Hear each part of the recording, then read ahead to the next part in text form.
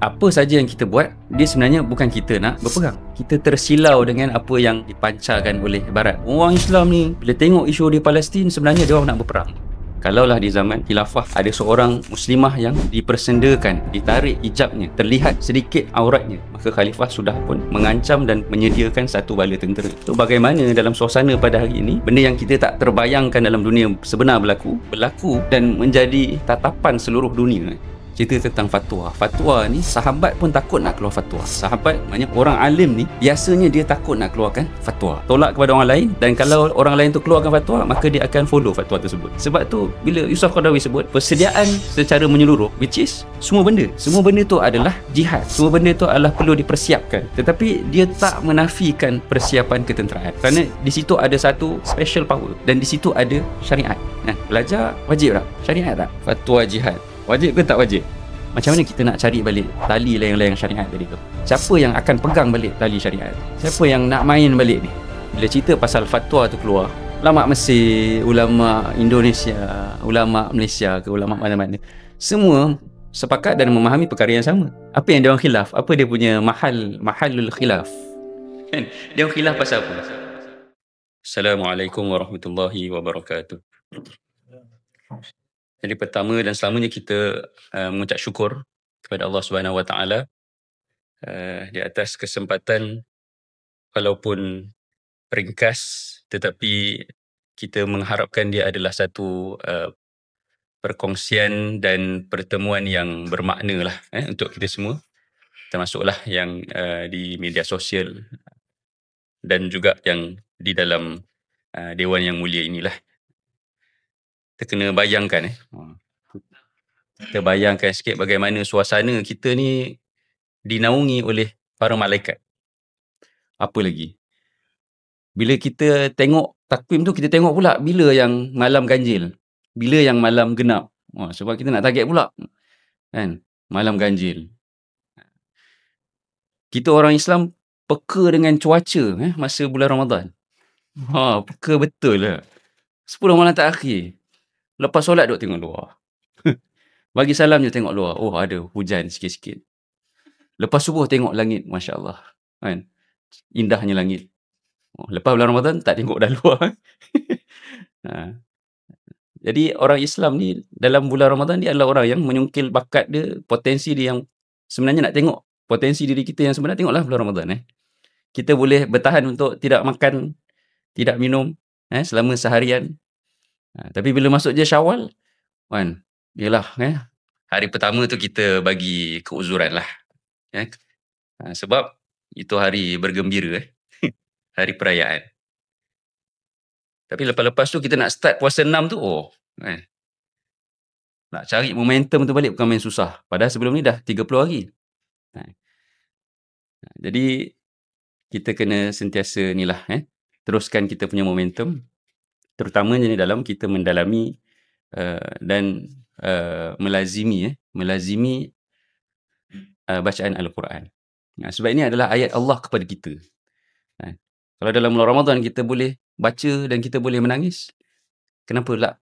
Kenapa tidak selepas bulan Ramadan kita tidak menangisi apa-apa yang disampaikan oleh Allah Subhanahu Wa Taala.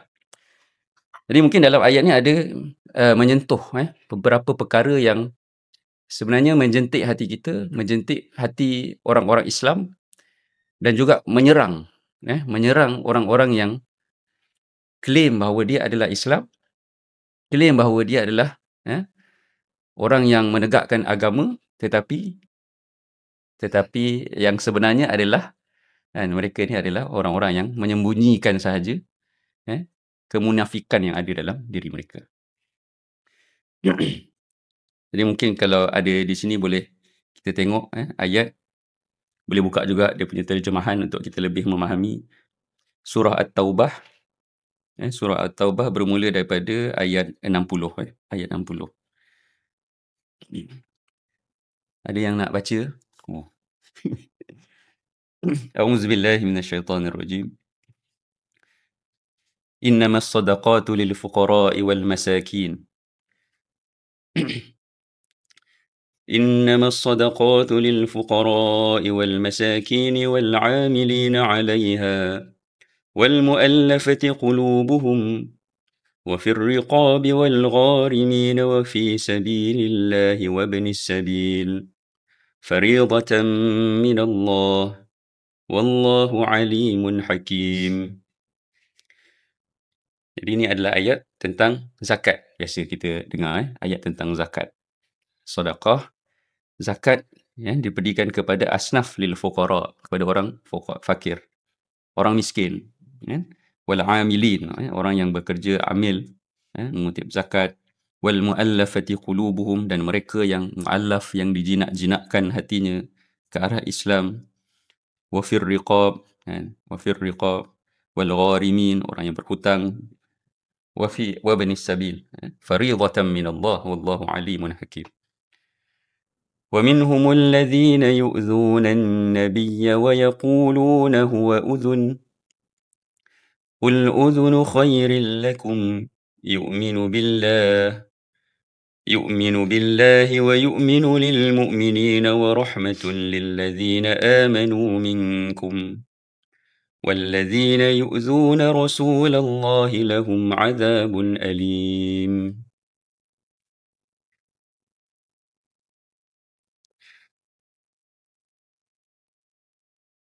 وَمِنْهُمُ الَّذِينَ يُؤْذُونَ النَّبِيَّ.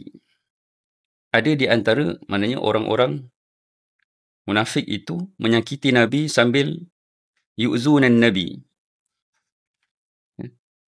Dan dia berkata, Nabi Muhammad orang yang suka mendengar dan percaya pada apa yang didengarnya. Huwa uzun. Maknanya Nabi ni dengar dan percaya je. Qul uzuni khairil lakum. Qul uzunu khairil lakum. Yu'minu billahi wa yu'minu lil mu'minina wa rahmatul lil ladhina amanu minkum. Jadi, orang yang beriman kepada Allah, beriman kepada apa yang disebutkan oleh Nabi, maka rahmatlah ke atas mereka. Walladzina yu'zuna Rasulullah. Maka barang siapa yang mereka yang menyakiti Nabi SAW, lahum azabun alim. Maka azab yang perit terhadap mereka. Yahlifuna billahi lakum liyurdukum. Mereka bersumpah kepada kamu.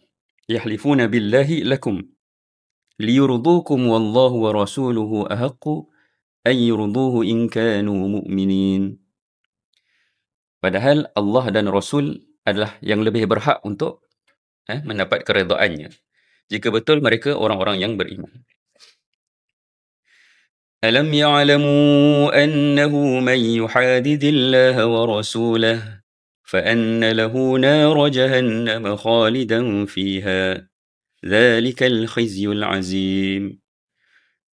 Jadi barang siapa, ketahuilah orang-orang yang menentang perintah Allah dan Rasulnya, maka sesungguhnya bagi mereka adalah neraka Jahannam dan mereka selama di dalamnya dan mendapat kehinaan yang besar.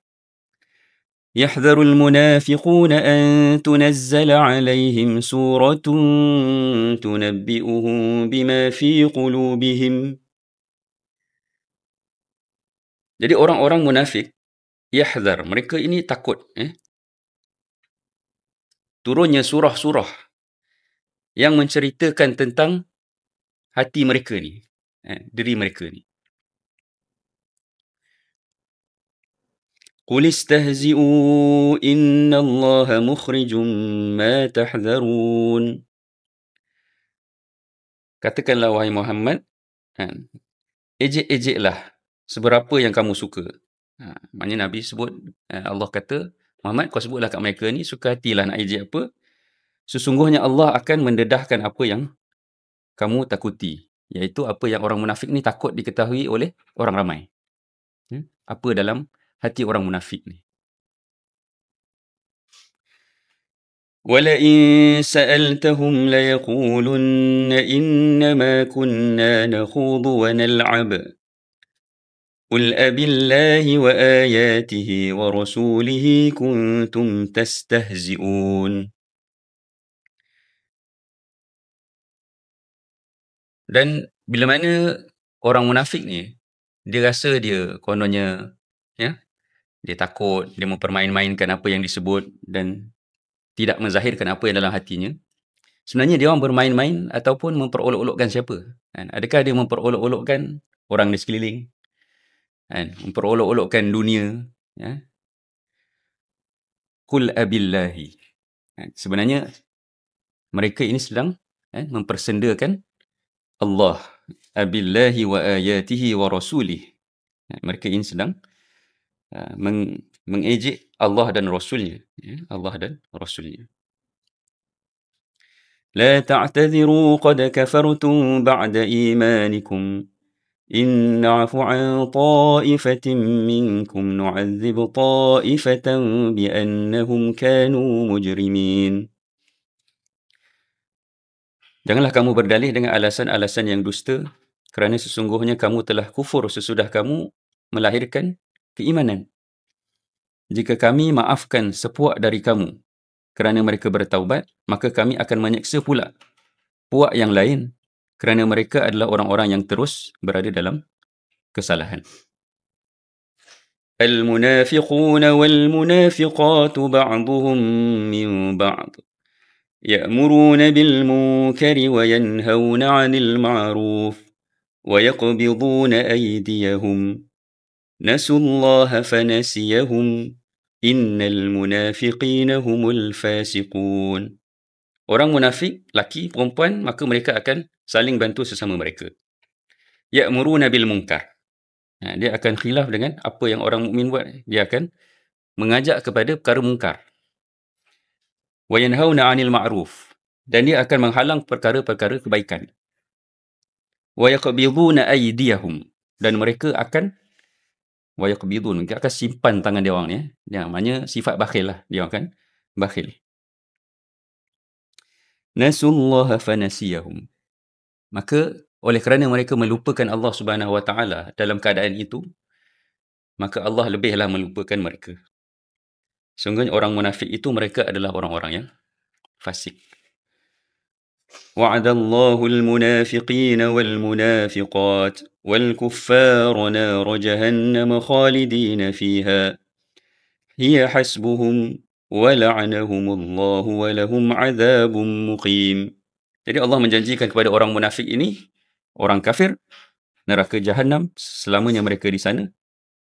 Maka oleh kerana kezaliman mereka buat kat dunia ni, Allah kata cukuplah neraka itu sebagai siksaan kepada mereka. Maknanya cukuplah ni bukan maksudnya mengecilkan skop neraka jahanam tu. Tapi nak ceritakan, kalaulah secara logiknya kita melihat orang yang diadili di dunia ni, kalau buat zalim, kita nak dia punya hukuman tu setimpal lah.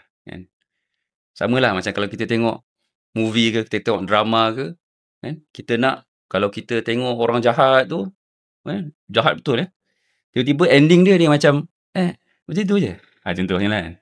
Satu scene je kena tumbuk, mati. Jadi kita akan jadi tak puas hati. Jadi seperti itulah sebenarnya neraka jahanam ni. Azab kepada mereka ni sebenarnya adalah besar.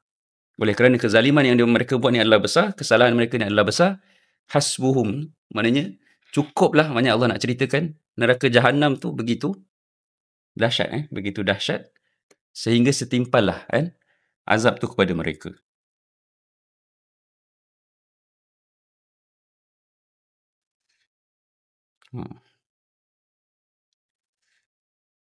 Baiklah, okey. Kalau kira sebenarnya anda nak baca tadi sampai ayat jauh lagi tapi takut kita jadi kelas baca Quran je hari ni.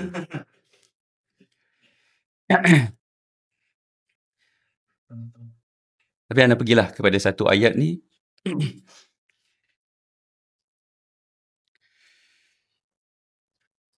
Kita akan pergi tengok kepada ayat-ayat yang tadi, yang mana sebenarnya dia adalah dekat dengan apa yang berlaku pada hari ini. Apa yang berlaku pada hari ini.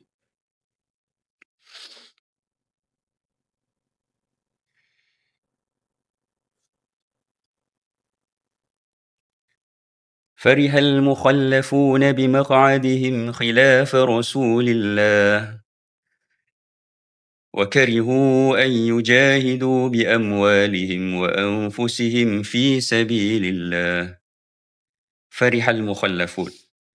Fariha, maka mereka ni bergembira, seronok, kan? Bahagia sangatlah.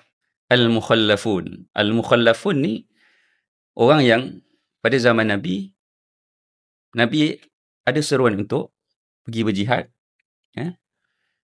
memang terus kepada serangan ataupun arahan itu terus kepada mereka, tetapi orang munafik ni dia akan bagi excuse. Dia akan bagilah alasan sebagaimana alasan yang dia boleh buat, sehinggalah akhirnya Nabi akan kata, tak apalah, tak payah pergi lah. Maka mereka akan seronoklah. Farihal mukhallafun. Kerana tidak bersama dengan Rasulullah. Wa karihu ay yujahidu bi amwalihim wa anfusihim.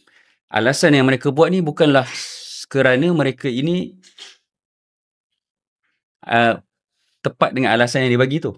Dia orang ini tak pergi perang bukan sebab alasan-alasan yang dia berikan, tapi sebenarnya wakarihu, mereka ini adalah benci untuk ayyujahidu bi amwalihim wa anfusihim fi sabilillah. Mereka benci, perkataan benci, untuk berjihad dengan harta mereka dan diri mereka di jalan Allah.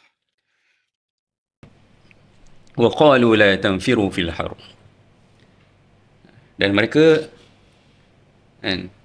ada juga bagi alasan, tak payahlah keluar ramai-ramai pergi perang panas-panas ni. Panas. Maka katakanlah kepada mereka, قُلْ نَارُ جَهَنَّمُ أَشَدُّ حَرًّا. Katakanlah kepada mereka, neraka Jahannam itu lebih panas. لَوْ كَانُوا يَفْقَهُونَ. Kalaulah mereka itu orang-orang yang memaham. Jadi tuan-tuan, puan-puan, muslimin, muslimat yang dirahmati Allah sekalian, para pendengar, jadi sebenarnya bila kita membaca apa yang disebutkan oleh Allah Subhanahu Wa Taala dalam firman-Nya tadi, dan kita buka sikit dan kita fikir sikit situasi semasa yang berlaku, maka kita akan nampak ada benarnya, memang benarlah apa yang disebutkan oleh Allah, dan kita boleh relatekan dengan apa yang berlaku pada hari ini. Kita boleh relate. Dan benda itu adalah benda yang memang sukar untuk diukur. Terutamanya bila kita menceritakan tentang perihal orang-orang munafik. Perihal orang-orang munafik. Jadi hari ini kalau kita cerita, kalau tajuk yang diberikan tentang fatwa jihad. Fatwa jihad. Jadi, lepas tu dia punya tajuk tu apa tadi kat poster tu? Wajib ke tak? Wajib ke tak wajib? Saya boleh jawab terus je. Habis dah awal. Tapi kita nak cerita pasal fatwa jihad? Kita nak cerita tentang fatwa? Atau kita nak cerita tentang jihad? Which one? Kita nak cerita yang mana satu? Kalau kita nak cerita tentang jihad, maka seluruh ulama memahami bahawa hukum jihad itu adalah wajib, fardu. Dah boleh balik Kalau itulah persoalannya. Kalau kita cerita tentang hukum jihad, cerita tak pula tentang hukum fatwa. Dan itulah yang dibincangkan ataupun respon daripada ulama-ulama dunia ni. Maknanya ada persatuan ulama sedunia, International Union of Muslim Scholars. Ulama dunia duduk, ada persidangan, bincang, dan mereka mengeluarkan 15 notes lah, tentang bagaimana perlu untuk langkah intervensi ke arah menyelesaikan ataupun respon terhadap apa yang berlaku di Gaza, di Palestin. Jadi ini adalah satu benda yang sebenarnya kalau cerita tentang fatwa, dia akan ada list down banyak lah. Adakah kalau respon daripada ulama Indonesia, respon daripada Mesir, maka dia akan cakap fatwa tu sepatutnya dikeluarkan oleh ataupun lebih layak dikeluarkan oleh ulama di negara sendiri-sendiri, which is ada benarnya, ada betulnya, dan juga ada juga boleh dipertikaikan kan? Sebab kalau kita kata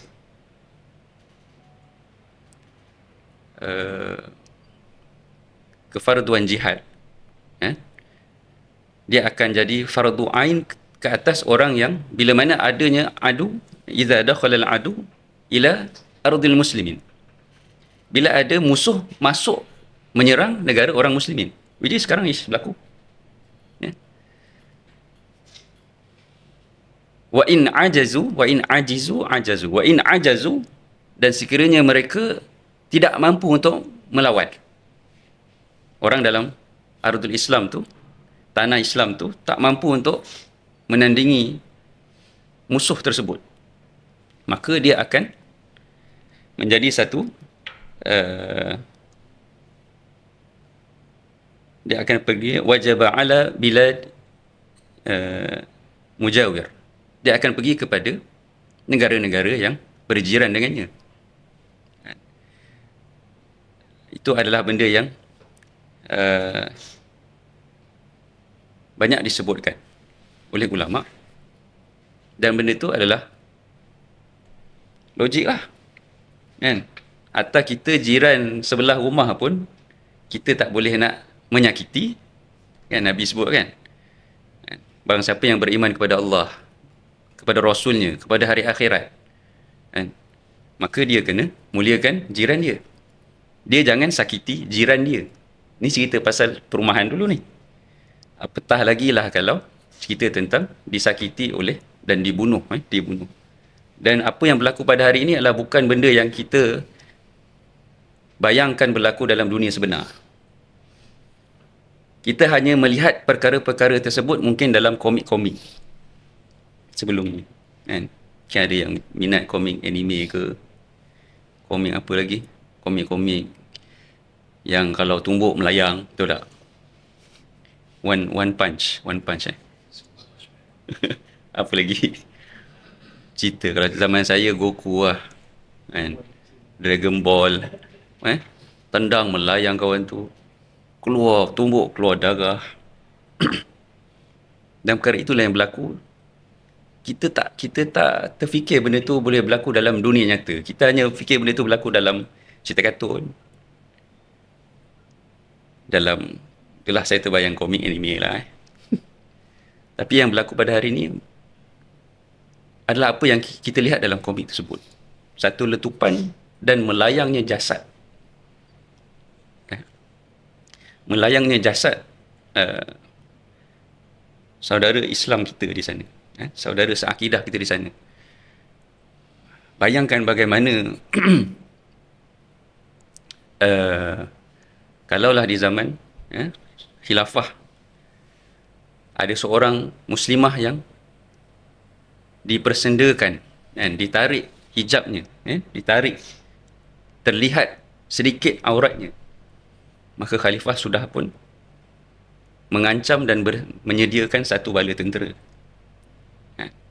So bagaimana dalam suasana pada hari ini, benda yang kita tak terbayangkan dalam dunia sebenar berlaku dan menjadi tatapan seluruh dunia, tatapan seluruh dunia. Maka ketika itulah kan, kalaulah kita nak sebut sebab kalau cerita pasal fatwa kan, saya ada ambil kelas kelas SEM ni lah dengan doktor, cerita tentang fatwa. Fatwa ni sahabat pun takut nak keluar fatwa. Sahabat maknanya orang alim ni biasanya dia takut nak keluarkan fatwa. Dia ceritakan bila ada seorang ni ada masalah, pergi jumpa seorang sahabat. Sahabat ni kata, tak apa, kau cuba tanya sahabat ni pula. Tai chi lah sebab dia tak nak, sahabat tu tak nak bagi fatwa. Maka orang tadi ni pun pergi jumpa sahabat lain tu, tanya tentang perkara yang sama. Sahabat tu pun tai chi juga. Tai chi, berapa kali tai chi, sampai balik kepada sahabat yang pertama tadi. Nak ceritanya sahabat sangat takut untuk keluarkan fatwa. Fitrah apa ni? Trend sahabat ni, sahabat kalau cerita pasal fatwa, dia akan biasanya tolak kepada orang lain, dan kalau orang lain tu keluarkan fatwa, maka dia akan follow fatwa tersebut. Ni sahabat. Ni sahabat. Jadi dalam dunia hari ni, sebenarnya bila cerita tentang ulama, persatuan ulama dunia, kita kalau isu dekat negara kita ni, negeri kita ni, cerita tentang solat solat tahiyatul masjid, baru ni kan, solat tahiyatul masjid, kalau di Selangor hanya boleh di masjid ataupun yang jadi masjid jami' lah, masjid Qaryah, masjid jami'. Surau yang buat solat Jumaat tak boleh, tak boleh solat tahiyatul masjid.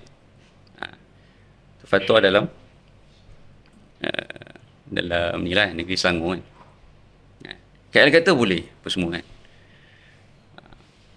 Itu pun negeri-negeri lain macam mana negeri kami, semua lain tanya. Itu baru cerita tentang isu yang kecil itulah.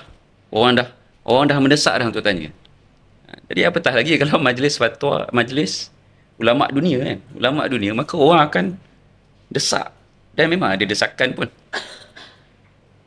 Dan aulalah juga untuk dia keluarkan fatwa kan, saranan. Tapi ialah ada negeri-negeri negara ni hujah dia supaya mengapa perlu keluarkan fatwa. Sedangkan situasi sekarang ni negara-negara ni terpisah kan. Negara-negara ni ada dia punya siasah dia yang dia nak kena buat lah, langkah dia, which is betul juga. Namun apa yang kita takuti ialah seperti mana yang kita sebut kan, apa yang kita baca sebentar tadi, kita tak tahu hanya Allah yang mengetahui apa yang ada dalam hati-hati manusia ni.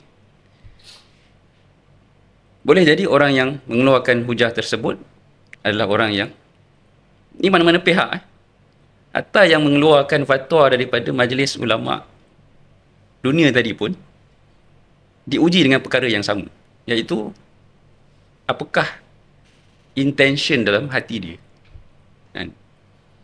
Benda ni memang kita tak tahu. Tetapi kesannya akan berlaku. Kesan yang akan berlaku ialah kesan daripada apa yang daripada hati ni. Sebab tu dia adalah satu benda yang macam bagi kita orang Islam, kita beriman terhadap perkara tersebut. Niat.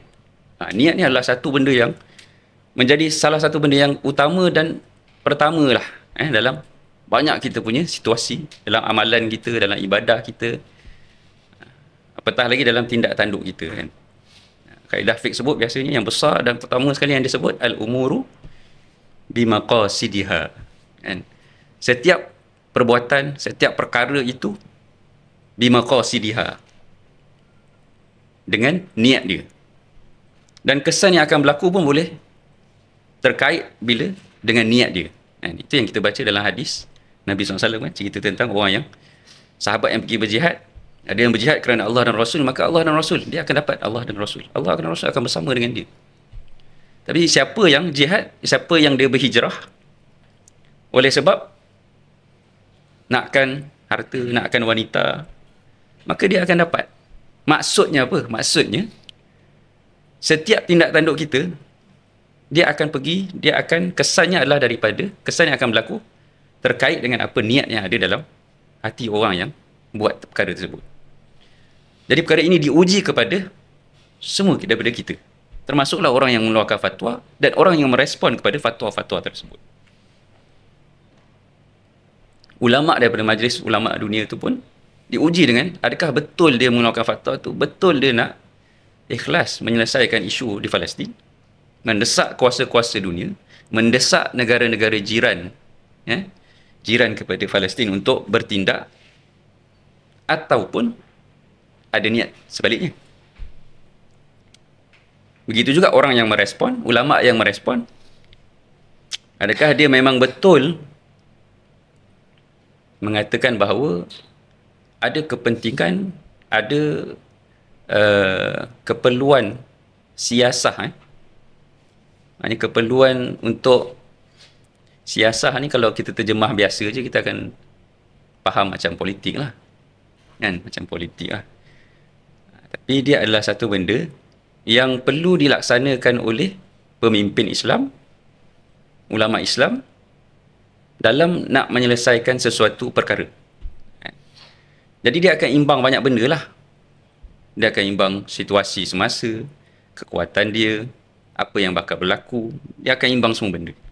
Dan dia akan mengeluarkan satu tindakan. Itu siasah kan. Jadi respon tu boleh jadi betul, ataupun seperti yang kita takut, apa yang disebutkan oleh Allah dalam ayat tadi kan, wa karihu ayyujahidu ya amwalihim. Kita minta jauh lah kan. Kerana negara-negara yang merespon ni adalah negara-negara yang kuat, negara yang besar, negara yang kita juga mengharapkan kan, negara-negara ini menjadi memberikan bantuan terus kepada umat Islam di Palestin. Okay, tak apa. Itu cerita tentang fatwa pula. Fatwa. Maknanya fatwa ni, kalau nak kira, dia adalah perkara yang bukannya wajib lah kena keluarkan. Orang yang memberi fatwa diberi kuasa. Dia boleh nak bagi fatwa ataupun dia nak boleh tak nak bagi fatwa. Tapi mungkin ada pihak kata, oh macam tak perlu keluar fatwa ni. Itu pandangan dia. Tapi pandangan yang memberikan fatwa mungkin akan kata, perlu. Kan? Mayat ni dah meletup dan berterbangan dah. Apa lagi yang nak ditunggu? Kan? Mungkin itu pandangan dia. Jadi itu cerita tentang fatwa.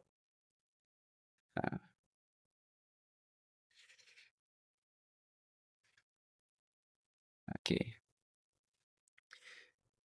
Jadi itu cerita tentang fatwa. Okay, kita cerita tentang jihad pula sikit. Jihad. Jihad adalah satu istilah yang kalau disebut banyak kali mungkin live boleh kena ban. Nak kena tukar istilah lain ke? Title pun ada kan? Kalau nak ban daripada awal dah kena ban lah. Jadi benda tu adalah perkara yang disengajakan kan? Disengajakan lah. Kan? Sedangkan jihad itu, kalau ulama sebut, ada berpuluh-puluh makna tentang jihad. Jihad ni dia membawa berpuluh-puluh makna. Ada yang bermaksud juhud kita bersungguh-sungguh. Kita bersungguh-sungguh buat sesuatu, kita mencari sesuatu.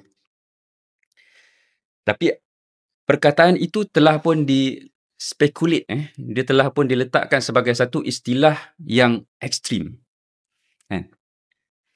oleh Barat. Bukan hari ini, berpuluh tahun sebelum ni. Barat telah pun meletakkan istilah ini sebagai satu istilah yang ekstrim.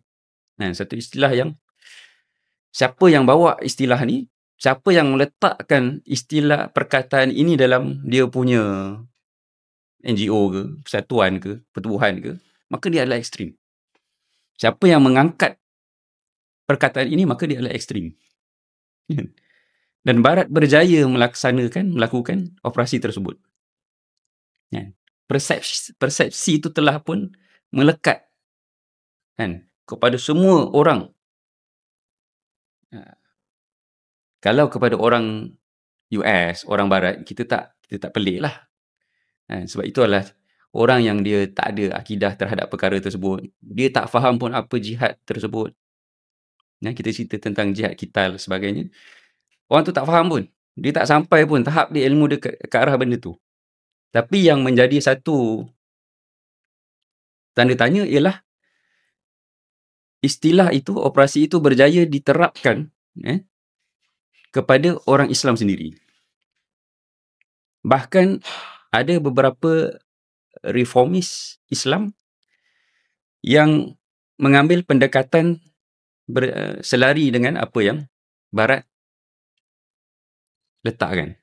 Maknanya Barat minta untuk perkara ekstrim ini maknanya jihad ni adalah satu istilah ekstrim dan sebagainya. Maka ada orang Islam, ada reformis Islam juga, dia mengambil pendekatan yang selari dengan perkara tersebut. Kalau kita tengok dalam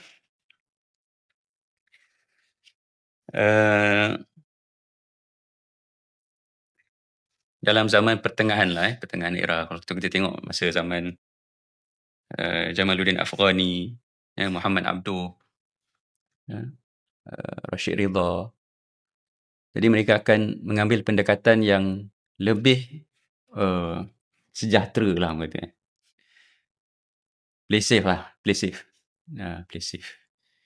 Sebab oleh kerana pemahaman tentang istilah jihad itu telah dikotori oleh Barat dan dia telah pun berjaya diterapkan kepada seluruh masyarakat dunia. Bukan sekadar terhadap orang Barat, terhadap orang Islam sendiri pun dah tertanam benda yang sama. Jadi mungkin sebab tu mereka mengambil pendekatan yang lebih play safe lah, lebih play safe. Sedangkan Imam Syafi'i rahimahullah, radhiyallahu anhu, meletakkan jihad qital itu, jihad, ni cerita tentang jihad qital lah. Kita bukan cerita tentang apa yang disebutkan pada hari ini, mungkin jihad menuntut ilmu, jihad dan sebagainya. Nanti kita akan masuk bab tu. Tapi kita cerita tentang jihad qital ni adalah kefarduan ke atas umat Islam sehinggalah dia berterusan sehinggalah seluruh ataupun penyembah-penyembah berhala ini beralih kepada menyembah Allah Subhanahu Wa Taala.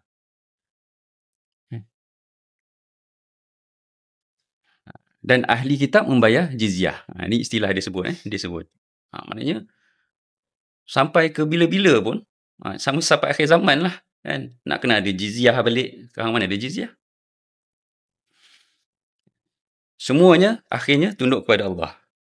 Maka kefarduan jihad itu berterusan. Kalau cerita pasal fardu, kita akan macam fardu kifayah kot. Ada juga kan. Kifayah ke fardu ain, Ustaz? Ada ulama sebut, maknanya dia jadi fardu ain bila mana orang dalam negara tersebut, orang dalam tanah tersebut, maka fardu ain ke atas ni untuk mempertahankan tanah dia. Tapi macam tadilah, kalau tak mampu, sebenarnya kefarduan tu akan pergi kepada negara-negara jiran dia dan kepada akan merebak-rebak lah sehingga ke orang negara-negara yang jauh, kan? Hingga ke seluruh umat Islam. Sebab tu dalam isu kalau bincang tentang fardu kifayah, fardu ain, sebenarnya semuanya berat-berat belaka, kan? Dia bukannya fardu kifayah ni orang kata fardu tak payah. Orang Melayu dia ada coding-coding yang agak istimewa. Fardu yang tak payah. Yalah, tak payah kalau ada orang buat. Tapi kalau tak ada orang buat, kan payah. Jadi payah lah. Maknanya payah tu kena buat lah. Benda tu mesti terlaksana. Fardu kifayah adalah benda yang fardu dan dia adalah berat. Dan dia mesti dilaksanakan. Mesti. Wajib dilaksanakan. Fardu ain pun mesti dilaksanakan. Dan setiap orang mesti melaksanakan. Cuma fardu kifayah, dia mesti tertegak. Kan? Kalau kita melihat kepada payah tak payah, kita akan seringan. Cuba kita lihat dalam perspektif tertegaknya perkara tersebut dengan tak tertegak. Terlaksana dengan tak terlaksana. Maka dia akan jadi berat. Dia akan jadi berat. Berat tak? Kan? Kalaulah orang dekat apa negeri yang hujung sekali kat Malaysia ni, Perlis lah. Perlis. Yang paling jauh dengan Perlis? Ke Johor boleh cross dekat sikit. Kita kat Shah Alam. Kita kat Selangor ni dah jauh lah nak pergi Perlis. Ada jenazah kat sana. Ada meninggal dunia. Jadi hukum untuk mengkafankan, untuk mengkuburkan, mandi mayat, semua urusan-urusan ni fardu kan? Fardu apa? Fardu tak payah kan? Fardu kifayah. Jadi tak payahlah bagi kita. Betul tak? Tak payah kalau orang sana tak buat. Kalau orang sana buat. Contohlah orang sana tak nak buat. Adalah kes ke mungkin dia tak puas hati ke apa, orang kampung tak puas hati. Orang negeri tu semua tak puas hati. Jadi dia pun roja orang sebelah, negeri sebelah, orang Kedah. Keluarga dia keluarga dia roja. Keluarga si mati tadi. Nak minta tolong. Dia orang tak kerti. Minta siapa sebelah? Kedah. Kedah pun ada juga. Aku kenal dia ni tak puas hati juga. Tak nak uruskan juga. Pergi sebelah lagi, Pening. Sama kami semua orang utara tak suka. Habis utara semua tak suka. Dah sampai Perak semua tak suka. Tak boleh nak uruskan. Kan? Oh, sampai ke orang Shah Alam. Adalah seorang pelusuk kat Shah Alam tu berhati mulia dan tak kenal pun jenazah tadi tu. Bolehlah dia nak uruskan. Maka bersiaplah dia kan untuk menguruskan jenazah tadi tu. Bawa lah. Kena buat crowdfunding sikit. Kan? Orang biasa-biasa je. Kan? Sebab nak pergi Perlis pula tak ada duit. Nak duit minyak. Kan? Langsung nak urusan jenazah apa semua. Okey lah orang sana. Keluarga dia boleh bagi duit. Okey, dapat duit. Transfer duit kat dia. Dia pun isi minyak. Gerak kereta pergi. Kan? Kereta pula. Kereta lama. Lupa nak servis dulu. Banyak langkah. Banyak langkah. Dan menjadi. Nah, itu yang menjadi payah. Menjadi payah lah. Menjadi payah. Tetapi mesti dilaksanakan. Kan? Mesti dilaksanakan. Mesti diselesaikan. Samalah dalam kefarduan jihad. Atau berlaku di pelusuk mana pun, sekiranya ada orang Islam yang ditindas, diserang, maka dia menjadi kepayahan kepada seluruh umat Islam. Untuk, kepayahan ni maksudnya, kita kena ada juhud lah. Kita kena ada usaha daripada diri kita untuk menyelesaikan isu tersebut. Dan dia akan pergi kepada orang yang terdekat, dan akan pergi kepada orang yang paling jauh. Orang yang paling jauh. Tapi, yang paling penting, objektif dia ialah menyelesaikan misi fardu tadi tu. Misi jihad tadi. Jadi, itu adalah fardu kifayah. Kan? Kenapa orang kata fardu kifayah? Ada ulama sebut. Antara dalilnya ialah وَمَا كَانَ الْمُؤْمِنُونَ لِيَنْفِرُوا كَافَةً فَلَوْلَا نَفَرَ مِنْ كُلِّ فِرْقَةٍ مِنْهُمْ طَائِفَةٌ لِيَتَفَقَّهُوا فِي الدِّينِ. Jadi perlu ada sediakan ta'ifah. Ada ta'ifah yang pergi perang. Ada ta'ifah yang perlu stay untuk mendalami agama, untuk memastikan kelangsungan generasi akan datang ni, memahami juga apa sahaja yang Islam ingin terapkan dalam generasi akan datang. Tapi nak cerita, bila cerita tentang fardu, maka ia mesti diselesaikan. Itu mesti diselesaikan. Jadi asalnya adalah jihad ni, pemahamannya sebegitu rupa, pemahamannya telah pun diterapkan kepada seluruh umat Islam, kepada semua sahabat Nabi, kepada seluruh generasi-generasi selepas sahabat Nabi. Sehinggalah datang satu zaman, yang mana zaman itu Barat sudah mula untuk menggunakan strategi yang akhirnya melemahkan umat Islam dalam seluruh aspek. Bukan sekadar aspek ketenteraan, bahkan aspek-aspek yang lain. Kan, bila kita cerita tentang kuasa, kuasa strategi, kuasa nasional. Jadi kuasa ni bukan cerita pasal kuasa one power only kan. Dia bukan cerita pasal politik je satu power, tak. Dia bukan cerita tentang ketenteraan je satu power, tak. Dia adalah whole kan, dia ada whole. Tetapi bila mana Islam meletakkan syariat, syariat lah. Jihad ni dia adalah syariat, syariat. Seperti mana kita solat, seperti mana kita keluar zakat, seperti mana kita mesti azan, syiar lah. Seperti mana kita mesti buat ibadah yang wajib dan sebagainya. Dia adalah syariat. Dia telah ditetapkan. Ya ayyuhan nabiyyu harridil mu'minina 'alal qital. Dan Allah sebut kepada Nabi. Bila sampai masanya, Allah perintahkan Nabi untuk pergi qital. Jihad, perang. Maknanya bila sampai masanya. Bila sampai masanya, Allah minta Nabi untuk qital. Maka benda tu disyariatkan. Dan benda disyariatkan ni, dia adalah benda yang Allah tak akan mensyariatkan satu perkara yang tidak ada kebaikan padanya. Seluruh syariat, seluruh benda yang disyariatkan dalam Islam, yang Allah tetapkan, maka mesti dalamnya ada kebaikan dan jauh daripada keburukan. Kalau kita baca, ni kalau fiqh lah kan, kalau fiqh. Ulama' bahas, ulama' khilaf tentang tentang tengok anak bulan kan. Tengok anak bulan kan. Tengok anak bulan kan baru ni kan, kita raya. Tengok anak bulan kita baru ni, kita raya kan, kita tetap 1 Syawal tu tengok anak bulan ke hisab falaki. Kita kira ikut tengok takwim kan. Takwim ni dia dah kira daripada ni lah, ilmu falak punya lah, dia dah boleh agak lah. Mana satu kita sebenarnya hari tu? Tengok ke hisab? Kita ikut pengumuman tadi. Kita sebagai orang awam melihat kepada televisyen lah tadi. Dan kita akan tengok dia punya pengumuman pakcik tu. Yang memegang mohon-mohon tu. Dan kita akan tengok jugalah dia pakai baju raya warna apa kan. Setiap tahun. Warna lain-lain. Warna peach Ada orang buat data tulis.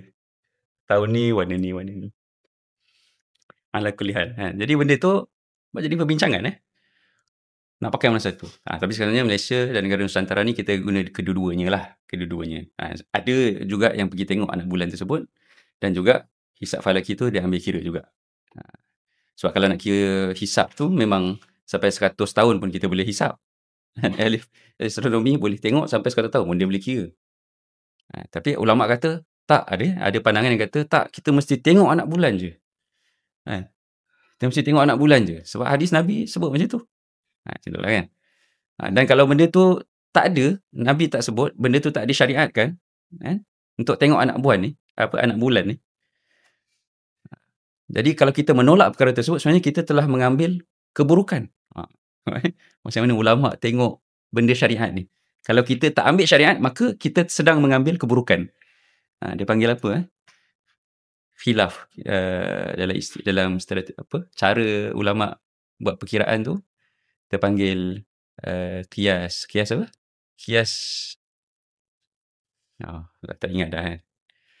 Maksudnya kita khilaf mafhum lah kan. Kita ambil mafhum khilaf. Mafhum macam ni. Mafhum syariat ialah apa? Mafhum mukhalafah. Mafhum dia ialah syariat menetapkan tengok anak bulan.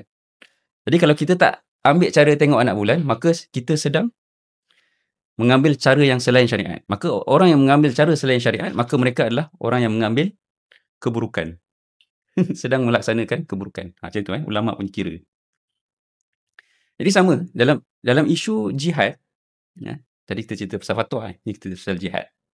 Cerita pasal jihad adalah satu perkara yang disyariatkan. Allah perintahkan kepada Nabi, kepada umat Islam, bila mana sampai kekuatannya, sampai masanya, maka perlu untuk keluar berjihad.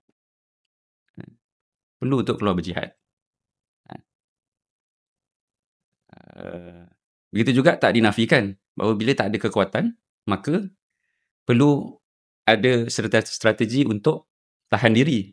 Seperti mana dalam kisah Al-Faruq. Al-Faruq ni Saidina Umar. Saidina Umar dia jumpa dengan Nabi. Dia kan berani kan. Dia masuk Islam dah isytihar perang dah kan. Dia kata dengan Nabi, alasna alal haq. Kenapa kita perlu dizalimi? Kenapa kita perlu, umat Islam ni perlu ditindas, perlu didera, diazab oleh keluarga mereka sendiri. Zaman kat Mekah. Sedangkan sebenarnya kita dalam alasna alal haq. Sedangkan dia tanya Nabi kan, bukankah kita dalam kebenaran? Kita dalam hak. Tapi pada ketika itu belum lagi disyariatkan, dan pada ketika itu diminta untuk tahan. Tahan. Nabi, sahabat kena tahan diri, jangan lawan lagi. Kan?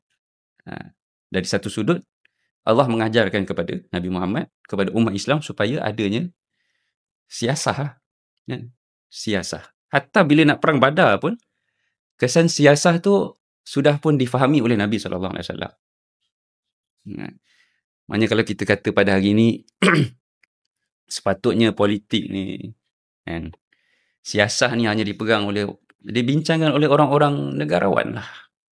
Politician, kan? Ahli agama ni patutnya kau buat kerja agama lah. Sekular kan? Sekular punya style. Kan? Orang agama ni cerita pasal itulah. Kan? Fatwa, solat, sunat, tahiyatul masjid. Itu orang agama lah. Nak cerita pasal negara, ekonomi, ketenteraan, tak payah orang agama. Bagi kepada ahlinya. Contohlah. Kan? Orang bincang sekarang kan. Tapi Nabi SAW, kan? Orang yang imannya yang paling kuat pada kita sepanjang zaman, Nabi yang diangkat, Nabi yang diangkat bahkan diiktiraf oleh Nabi-Nabi yang sebelumnya. Nabi sebagai penghulu segala Nabi adalah orang yang begitu memahami politik, siasah.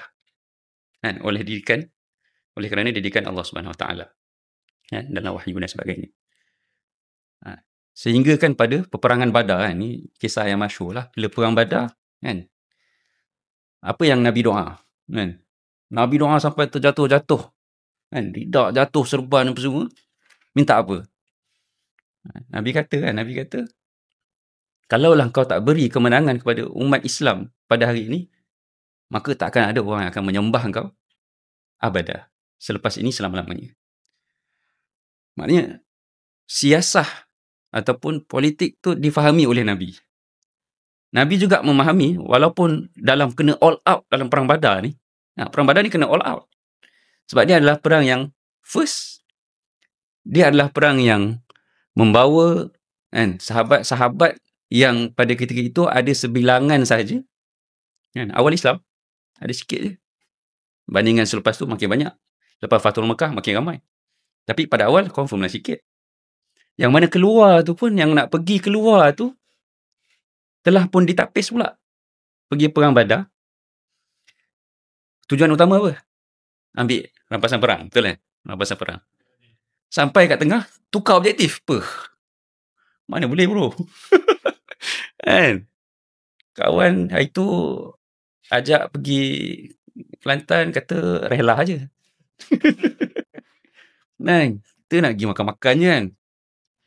Sampai-sampai, tiba-tiba kena panjat gunung pula kan.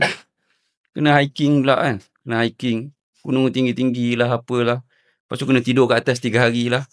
Ini bukan rela. Marah. Itulah kan. Sahabat pergi, objektif utama rampasan perang. Happy lah. Kan? Nak pergi ambil harta. Pergi ambil harta.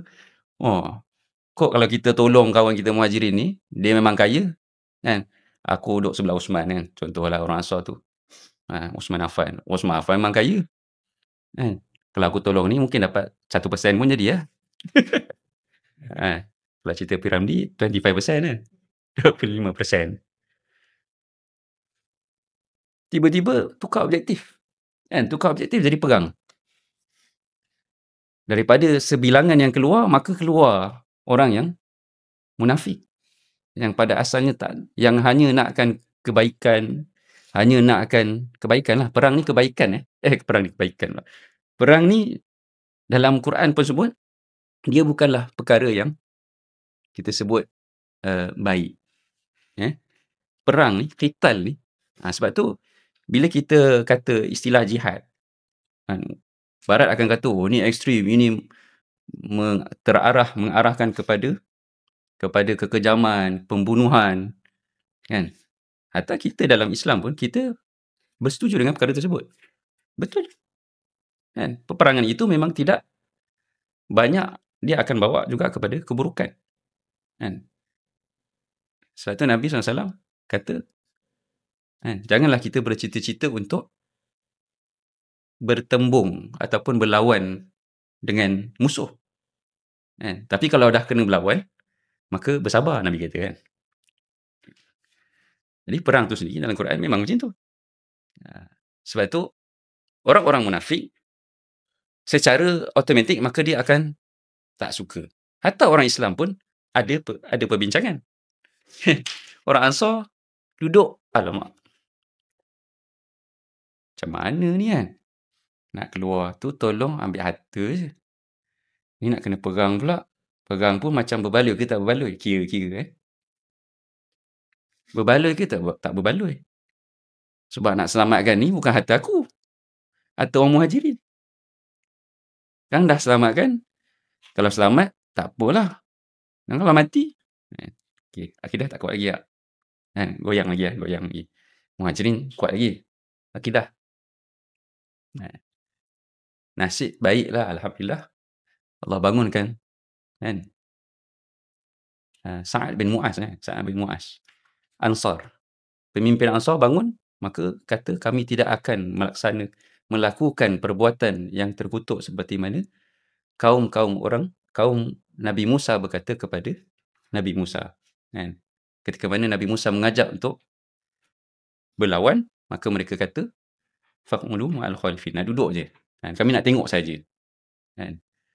Akhirnya orang Ansar pun respect dia kepada kepemimpin dia dan sedar atas perkiraan dia itu salah, maka akhirnya keluar juga pergi perang.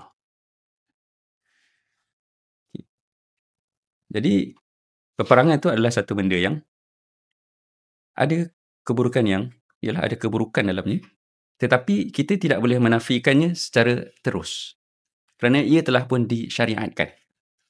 Dia telah disyariatkan. Maka sudah tentu dalam pensyariatan itu ianya ada kebaikan. Itu adalah benda yang kita mesti imani. Kita tidak boleh menolak perkara tersebut. Akan tetapi pening cerita pada pagi ni pening dah lah pagi ni, hujan-hujan malam tadi. Tajuk pula, ya Allah. Ana tak tahulah, kalau diorang pilih orang lain mungkin cerita simple lagi kot. Ana sampai kat Ana lagi pening pula ustaz ni cerita tak. Boleh ke tak boleh perang ni? Kena ke tak jihad ni? Oleh sebab jihad tu dalam syariat.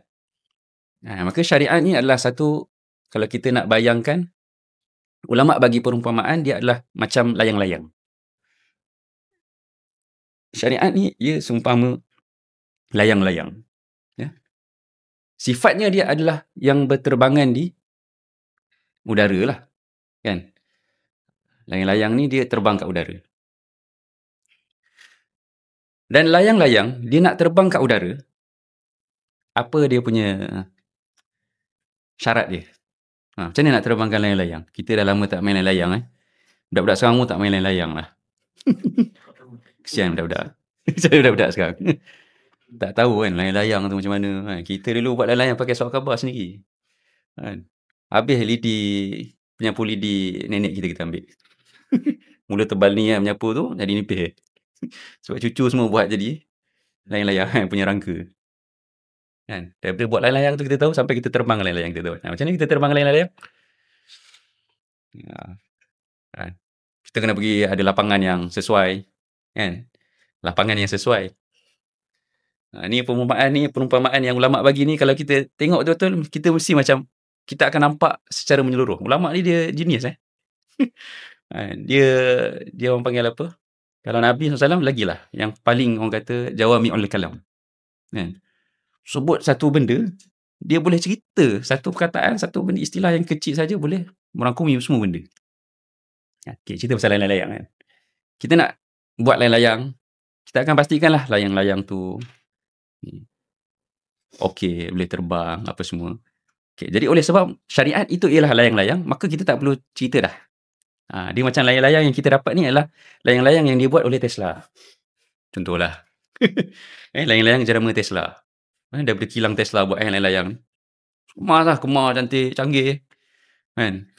Ni tak terbang memang tipu lah. Contohlah kan. Boleh auto cruise, auto drive boleh. Ni layang-layang jenama Tesla ni. Sebab syariat ni siapa yang buat? Allah buat. Allah buat. Dia adalah satu benda yang komplit. Dia mesti bagi kebaikan. Dia mesti boleh terbang. Itu dia, sifat dia, syariat. Okay. Kita tak payah nak buat dah. Tak payah risau dah. Tapi kita kena risau lain. Kenapa? Sebab kalau kita tak ada lapangan yang sesuai, kita nak main dalam dalam bangunan ni, dalam pejabat ni, dia boleh naik sampai situ je lah. Ustaz, kan? Dia boleh naik sampai situ. Sampai situ baik pakai tangga je kan. Tak payah terbang kan. Dan dia juga ada aspek-aspek lain yang kita kena ambil kira juga. Sebab dia layang-layang. Dia mesti bersifat layang-layang. Samalah macam Tesla buat kereta kan. Kereta elektrik, kereta bateri. Walaupun dia kereta bateri, dia tetap bila kita tengok dari luar, dia adalah kereta. Baru dia boleh jadi kereta bateri lah. Kalau dia tak ada roda, kan, mungkin kita tak panggil dia kereta. Mungkin kita akan panggil dia pesawat. Mungkin lah. Tapi dia ada roda, kan? Dia ada tayar. Dia ada steering. Kan? Jadi benda-benda tu perlu dikekalkan supaya kita panggil benda tu kereta. Sama layang-layang lah. Syariat itu, dia ada sifat dia dan dia kekalkan. Antaranya, dia mesti terbang dengan ada tali. Kan? Ada orang yang pegang tali. Baru kita panggil layang-layang. Kalau dia terbang sendiri, kita panggil dia drone. Lain. Wah, tak boleh. Syariat ni layang-layang. Dia bukan drone. Okay. So, dia kena ada tali. Tali yang mengikat dia dengan orang yang main layang-layang.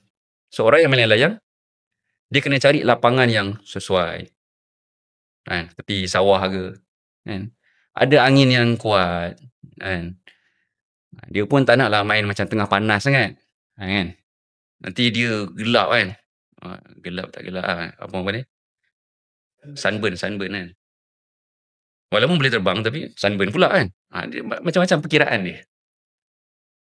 Jadi ulama sebut, syariat itu ialah layang-layang. Dan orang yang bermain layang-layang itu ialah faqih. Orang yang faqih. Orang yang ahli fiqah. Ahli fiqah. Maka, layang-layang itu tidak akan terbang di udara. Kan? Kalaulah ahli fiqah ni dia tak bijak. Dia tak pandai untuk menerbangkan layang-layang tersebut. Dan layang-layang tersebut akan pergi tinggi kalau kena dengan situasi yang betul. Angin yang betul. Kan? Suasana yang betul. Kan? Atau mungkin dia boleh, kalau dia dah penat sangat ahli fiqah tu penat, dia boleh ikat lah kat pokok mana-mana kan. Letak batu, letak kat bawah, rehat sekejap, minum air. Kan? Minum kopi sekejap. Kan? Minum air sekejap. Walaupun bukan ahli fiqah lagi.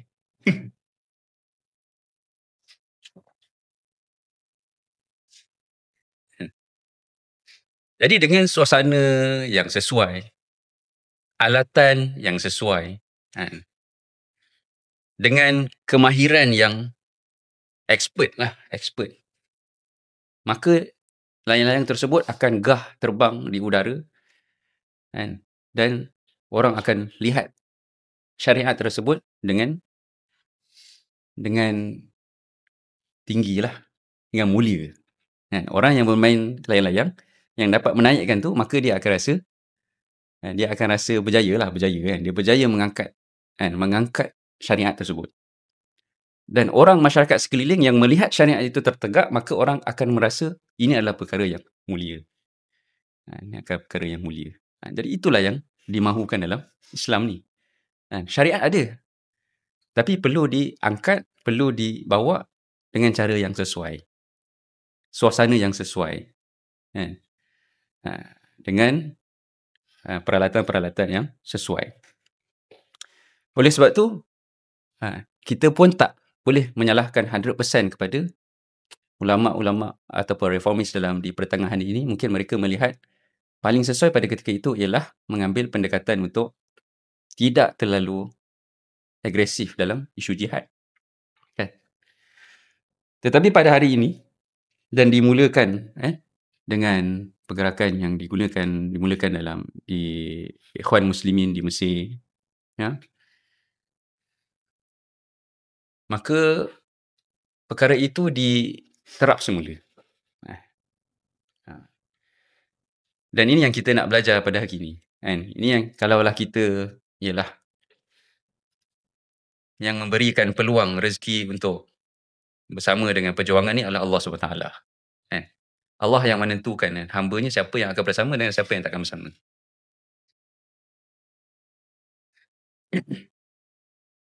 Maka kalau kita tengok,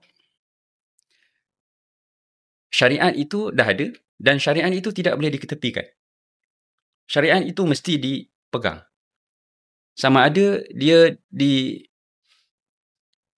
dimainkan atau dinaikkan oleh ahli fiqh tadi, pemimpin Islam tadi dengan rendah ataupun tinggi. Tetapi dia mesti dipegang tali ni. Kan? Kita tak boleh lepaskan. Ni cerita pasal layang-layang kan. Sekali saja ulama, ahli fiqh, pemimpin Islam itu melepaskan tali layang-layang syariat tadi, maka syariat itu dia akan terbang, tidak ada arah dia. Dia mungkin akan naik dan dia mungkin juga dan kemungkinan besar dia akan jatuh ke tanah. Sebab tu mesti dipegang. Itu sifat syariat. Jadi sebab tu Barat telah belajar dan study benda ni. Dia dah buat macam-macam. Dan satu operasi yang paling berharga dan berjaya bagi Barat ialah meletakkan jihad, istilah jihad itu tersendiri sebagai satu istilah yang ekstrim. Itu adalah satu berjaya dia yang paling besar. Sebab kenapa? Sebab dia adalah satu syariat yang akhirnya orang Islam dia berjaya menjadikan perkara itu dilepaskan oleh orang Islam. Dilepaskan talinya oleh pemimpin-pemimpin Islam. Tali layang-layang syariat itu berjaya dilepaskan oleh, dia berjaya membuatkan ulama-ulama Islam melepaskan tali tersebut. Menyebabkan kesannya ialah umat Islam akhirnya hilang ruh jihad. Ruh jihad. Kita panggil ruh jihad ni, kita memang bincang hari ni, ruh jihad qital. Kita memang cerita tentang jihad qital. Jihad peperangan. Sebab lain dia ada lain. Lain dia punya bila kita sebut tentang, kita bawa pula satu istilah yang mana orang salah faham terhadap juhud jihad, jenis-jenis jihad. Ada orang yang mengklasifikasikan jihad itu sebagai ada jenis-jenis dia dan memberikan satu martabat atau taraf yang sama kepada semua jenis-jenis ni. Kan? Jenis jihad apa yang kita biasa dengar lah. Sebab kita memang negara yang education punya negara kan. Jihad menuntut ilmu. Ya, jihad menuntut ilmu. Jihad kita dalam, mungkin ada yang dalam perbankan Islam, orang yang dalam bank, yang bekerja di bank, yang tahu macam mana bank punya transaksi apa semua ni, nak akhirnya memberikan satu solusi. Mungkin tak boleh lagi sekarang ni secara full untuk betul-betul dari sudut syariat dia, ada orang kata make up lah dan sebagainya, tapi perlu ada orang yang buat benda tersebut. Maka mereka adalah orang yang kita sebut jihad iktisadi, jihad orang dalam ekonomi, jihad ekonomi. Yang macam-macam orang kelas kan, jihad. Jadi perkara ini sebutkan juga oleh Syekh Yusuf Qaradawi rahimahullah. Yusuf Qaradawi sebut, betul lah kan.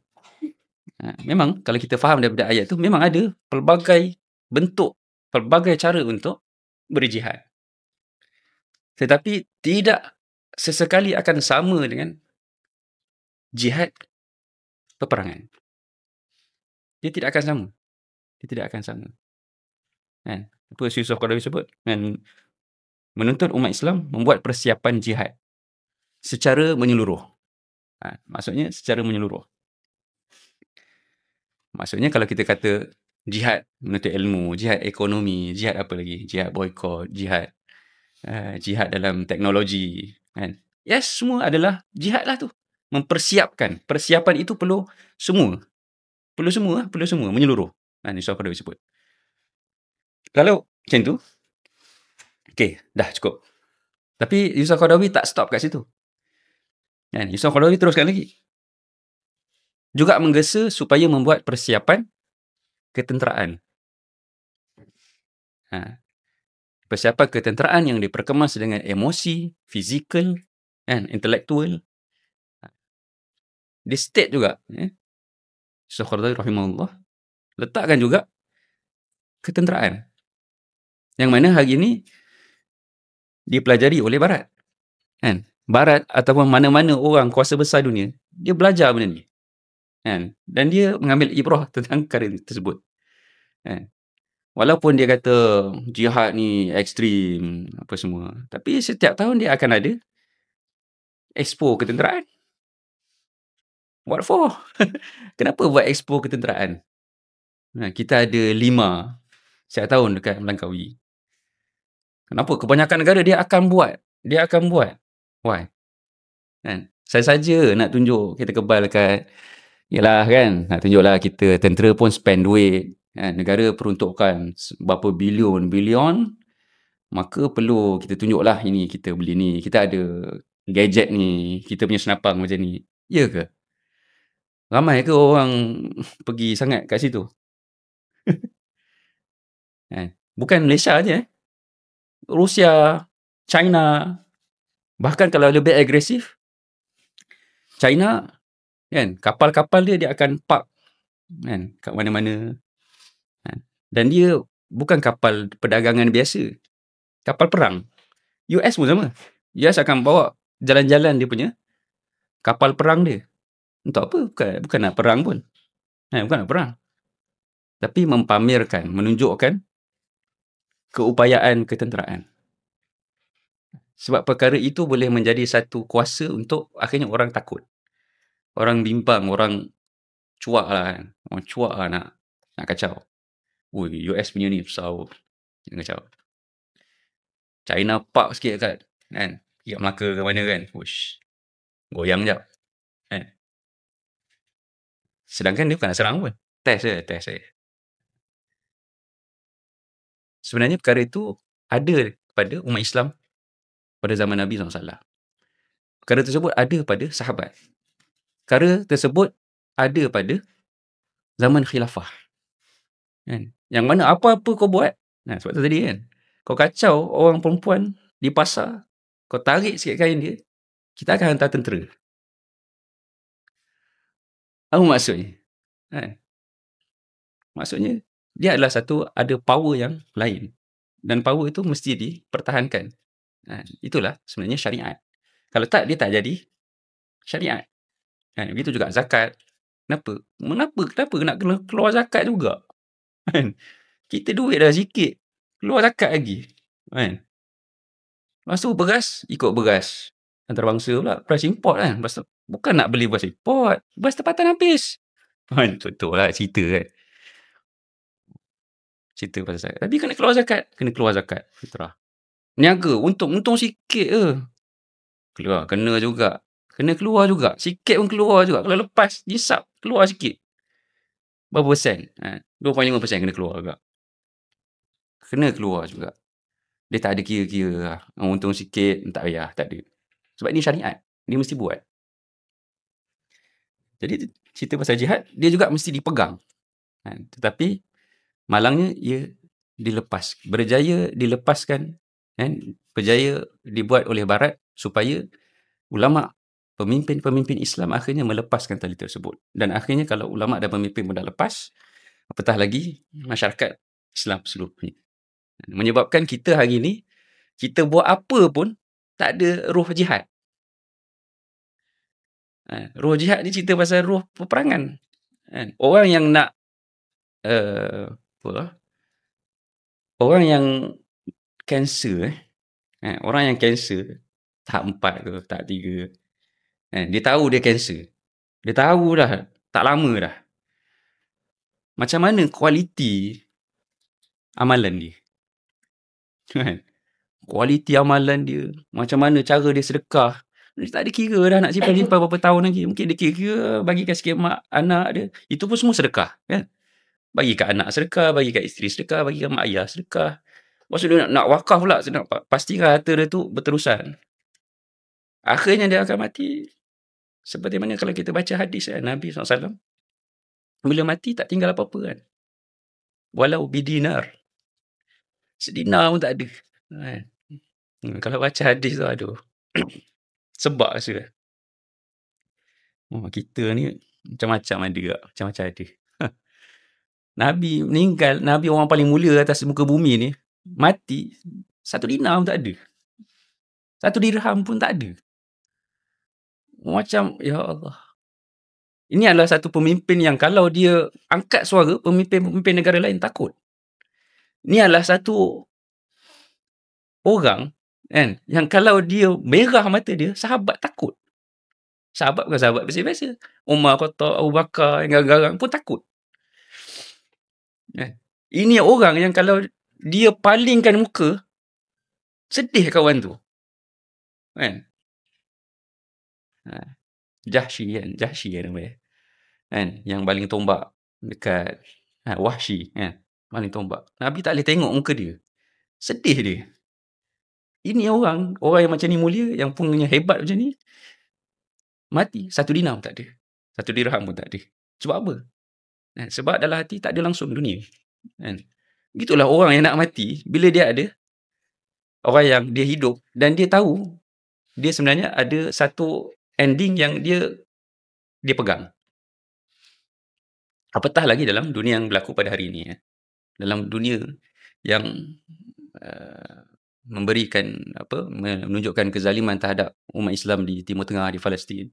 Kita boleh tengok lagi kan, kalau ke Afrika, kat mana-mana negara yang lain. So, akan menyebabkan kita buat semua benda, kita akan rasa macam, ya Allah, kita tak boleh nak pergi buat biasa-biasa. Itu maksud dia. Kan? Sebab tu, bila Yusuf Qaradawi sebut, persediaan secara menyeluruh, which is semua benda. Semua benda tu adalah jihad.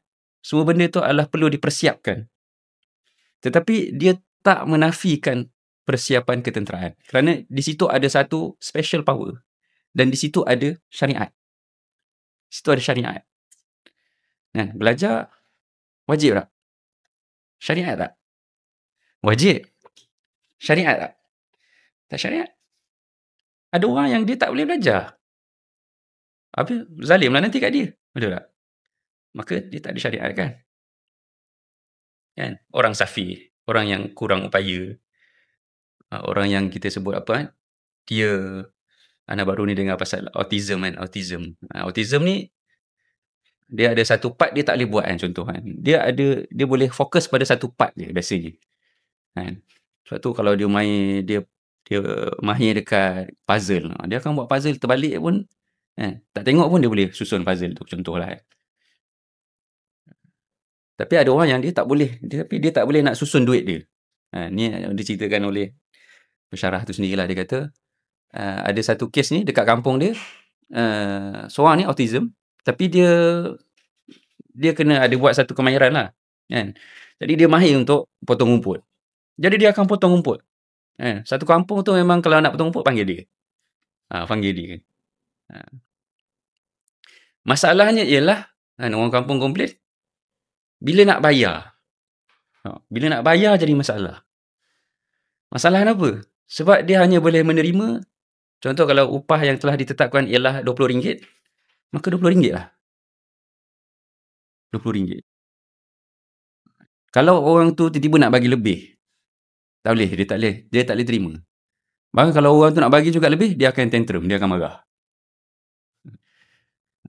Kalau orang tu, contoh, orang tu ada sekeping je RM20 kan. Yang dalam kepala dia ialah 2 keping RM10. Dia mesti dapat 2 keping RM10. Dia dapat RM20 sekeping, dia marah. Ni dia marah. Jadi itu kekurangan lah kan. Macam tu ada dalam fiqh ni, orang yang safih dia tak boleh menguruskan harta dia sendiri. Kan, mesti ada orang lain kan, wali dia ke yang uruskan harta dia. So, tak disyariatkan, tapi jihad ia disyariatkan. Mesti. Dan benda tu mesti dipegang sampai bila-bila. Sebab dia ada special punya power. Special power. Yang mana benda ni difahami oleh semua kuasa besar, dan anda yakin benda yang sama difahami. Orang Islam ni dia tak bodoh lah kan. Dia tak bodoh. Pemimpin Islam ni dia bukan orang yang bodoh-bodoh lah. Bukan biasa-biasa.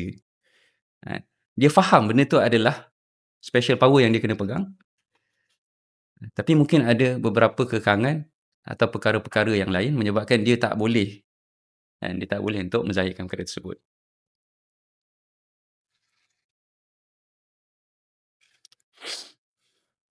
Maka sebab tu kita katakan, apa saja yang kita buat, dia sebenarnya bukan kita nak berperang. Apa yang berlaku pada hari ini, kadang-kadang kita tersilau dengan apa yang dipancarkan oleh Barat lah. Dia kata, orang Islam ni, bila tengok isu di Palestin, sebenarnya dia orang nak berperang. Tak. Kita bukan nak berperang. Kita nak menyelesaikan isu tersebut. Kita nak akhirnya orang kembali kepada keadilan. Itu yang kita nak. Bukan kita nak berperang. Sebab jihad itu sendiri, dia bukan satu ghayah. Ini pun benda yang disebut oleh ulama. Jihad qital ni laisa ghayah. Bal hiya wasilah. Dia bukan ghayah. Dia wasilah. Dia adalah cara jalan untuk sampai kepada ghayah. Yang mana kalau kita pegang pada hari ini, ghayah ialah kita nak keadilan Islam itu menaungi seluruh dunia. Itu sahaja cara yang boleh membuatkan akhirnya seluruh orang tunduk kepada keadilan. Dia tak jadi pada hari inilah. PBB, ICJ keluarkan ketetapan apa-apa pun terhadap Israel. Israel boleh buat tak tahu je. No. Sebab ICJ itu sendiri mungkin dipegang oleh Israel. PBB itu sendiri dipegang oleh Israel. Jadi dia tak perlu nak ikut pun. So tak ada jalan lain. Kita perlu ke arah perkara tersebut. Jadi apa yang kita nak sebutkan ialah jihad bukanlah ghayah. Jihad bukan tujuan kita. Tujuan kita lebih daripada itu. Tetapi cara yang ada itu satunya ialah jihad. Jihad peperangan itu adalah salah satu cara dia. Dan juga ada cara-cara yang lain, yang mana cara-cara yang kita sebut tadi lah. Sebab power tu dia takkan jadi jitu. Dia takkan boleh mengalahkan satu kuasa besar dengan kuasa kecil. Kuasa besar mesti dikalahkan dengan satu kuasa besar juga. Dia mesti setanding. Ada satu ayat Quran tu Ana tak sempat cari pula, tak ingat dia punya ayat dia. Maknanya nak berlawan dengan musuh ni kena setanding lah. Kalau musuh bawa benda yang besar dengan bala tentera yang besar, dengan teknologi yang besar, kenapa guna bala? Bala tentera. Bala lah. Tentera bawa bala lah. Tentera musuh bawa bala lah. Orang Islam kita tak panggil bala tentera lah. So teknologi, ekonomi, populasi, population, apa lagi kita punya power-power ni, sumber alam, makanan. Cuba sebut lagi apa power-power yang kita kena bawa. Pendidikan, Power Rangers ada. Media, media. Kalau KDT mungkin banyak dengan masyarakat. Masyarakat pun ada power, Power yang paling kuat untuk bawa suara kepada majlis pembandaran ialah suara masyarakat. Suara masyarakat ni dia lagi kuat daripada kalau nak hantar kita kat Shah Alam, nak hantar laporan dekat MBSA. Suara masyarakat tu lagi kuat daripada pengurusi masjid, lagi kuat daripada ketua balai polis. Lagi kuat. So ada power. So semua power-power ni, kuasa-kuasa ni perlu diupayakan dan perlu dikuatkan untuk melawan kuasa besar tadi. Dan ada satu key power yang boleh menyebabkan kuasa-kuasa lain ni, yang kalau mungkin kita kata jihad tadi ni, kalau dalam Syekh Yusuf Qaradawi sebut sebagai persiapan peperangan ni, kan? Kalau kita baca wa'iddu lahum mastata'tum min quwwati wa min ribatil khayli turhibuna bihi aduwallahi wa aduwwakum. Dalam ayat tu pun jelas kata kan? Bersedia. Lepas tu Allah sebut apa? Wa min ribatil khayl. Kan? Cerita pasal kuda. Kuda ni jentera perang lah antaranya kan. Sebab tu musuh kapal dia pamerkan. Senjata dia pamerkan. Kereta kebal dia pamerkan. Untuk apa? Yurhibuna bihi aduwallah. Untuk menakutkan, memberi goyang, rasa gentar kepada musuh. Tapi kita letak tepi benda tu. Kapal buat yang tu je. Kan? Buat yang rekaan je kan. Orang panggil apa benda tu? Isu panas juga tu. Buat replika je. Macam mana musuh nak takut? Jadi itu adalah benda-benda yang sebenarnya Allah dah sebut dalam Quran. Tapi kita ketepikan. Kita lebih nak untung. Itu masalah kita. Bila kita tak pegang kunci dia. Sebab tu kunci itulah syariat. Syariat itulah yang sebenarnya dalam banyak-banyak benda ni, persiapan-persiapan ini, yang paling besar ialah persiapan ketenteraan. Maknanya ketenteraan itu dia perlu disiapkan. Yusuf Qaradawi state satu special, satu istilah, satu statement. Persiapan ketenteraan. Oleh sebab itu adalah kunci. Orang yang belajar, kalau dia tahu dia belajar tu adalah untuk kunci peperangan, jihad, maka dia akan belajar betul-betul. Nak mudah faham situasi ni, tengok je lah sahabat kita dekat, saudara-saudara kita di Gaza. Mudah je. Kita belajar. Dia pun belajar. Dia pun belajar. Kita buat master. Dia buat master tak? Kita ada profesor buat doktor. Orang Gaza pun ada doktorate buat doktor. Viva belakang runtuhan. Kat mana? Universiti apa? UIA. Online USIM. Dia belajar, kita belajar tak? Dia berniaga. Kita berniaga, dia berniaga tak? Kita berniaga apa? Kita buka hotel. Dia ada hotel kat Gaza. Kita ada hotel 5 star. Kat Gaza ada hotel 5 star. Tak naik lagi. Ada ikhwah-ikhwah student masa kat Mesir dulu pernah pergi kan.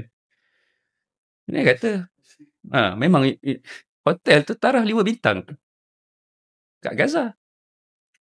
Apa lagi? Kita ada hospital, kita ada nurse. Orang sana pun ada bekerja sebagai nurse. Apa bezanya kita dengan dia orang? Kerja sama. Pekerjaan sama.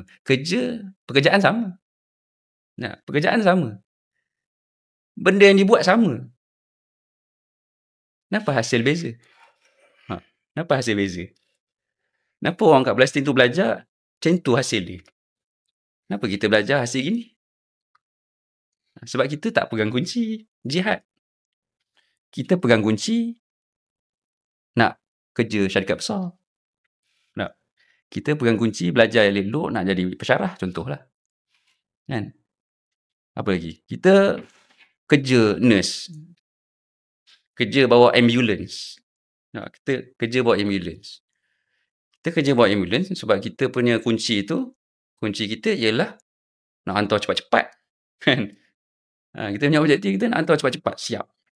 Selesai urusan tu. Baguslah juga. Bagus. Sebab menyelesaikan fardu kifayah. Tapi lain dengan orang yang bawa ambulance kat Gaza. Dia bawa syuhada. Dia mungkin orang yang bawa tentera Hamas, tentera Islam untuk dapatkan rawatan. Hatta dia bawa pun, dia pun boleh syahid. Sebut pula. So benda-benda tu adalah kita tak pegang kunci. Sebab tu beza. Jadi beza. Sebab tu orang Islam pada hari ini jadi beza dengan orang Islam pada zaman Nabi SAW. Jadi beza dengan salafus salih. Belajar fiqh. Ni satu kita panggil panahan kepada diri sendiri lah. Kan? Anak dulu belajar agama. Daripada sekolah rendah belajar. Kan? Sekolah menengah pun belajar. Masuk universiti ambil pula syariah. Lepas tu jadi apa? Ini cakap kat diri sendiri ya, cakap diri sendiri. Ha. Apa jadi ilmu yang kau belajar tu? Belajar ilmu agama, lepas tu apa jadi? Ha. Nak keluar fatwa pun kita takut. Ha. Tapi memanglah sahabat pun takkan keluar fatwa, Ustaz. Cik, sandarkan sahabat pula kan. Macam power macam sahabat. Ha. Tapi kita kalau pergi masjid, orang tanya pasal rukun akam, kita seram-seram nak tanya kan. Ana lah, Ana dulu lah. Sekarang pun ya juga. Kalau pergi kuliah kat masjid kan. Lepas kuliah tu mesti kita risau. Saya kalau buka sesi soal jawab ni, dia tanya soalan. Tak ingat habis kita. Macam tu kan. Soalan basic lah kan. Tanya soalan. Pasal mandi wajib ke? Cara kira zakat ke? Dah awak budak fiqah kan? Takut nak jawab kan? Takut kan? Tapi belajar agama. Kenapa beza? Kenapa beza kita dengan orang yang belajar di Gaza? Sebab mereka memegang kunci jihad. Mereka memegang syariat tersebut. Bahkan mereka berdepan dengan perkara tersebut real. Kita tak real ke Ustaz? Kita kat sini tak real ke apa? Kita bukan dalam komik, kita dalam dunia tak? Which is sebenarnya kita berhadapan dengan perkara real. Kita juga berdepan dengan jihad yang sama. Kita sebenarnya berdepan dengan musuh yang sama. Tetapi kebanyakan kita tidak menyedari. Sebab tu kalau kita baca Al-Quran, baca dalam banyak ayat, Allah akan sebut wahum la yafqahun, wahum la yash'urun.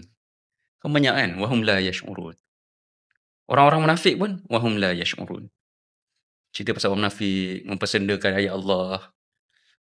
Mereka rasa mereka mempersendakan sahabat ayat Allah, sedangkan mereka sebenarnya mempersendakan diri sendiri, tipu diri sendiri.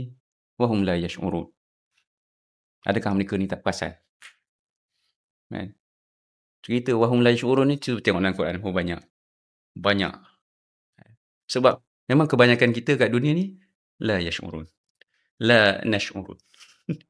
Kita la nash'ur. Kita tak merasa. Menyebabkan kita akhirnya terlepas banyak benda.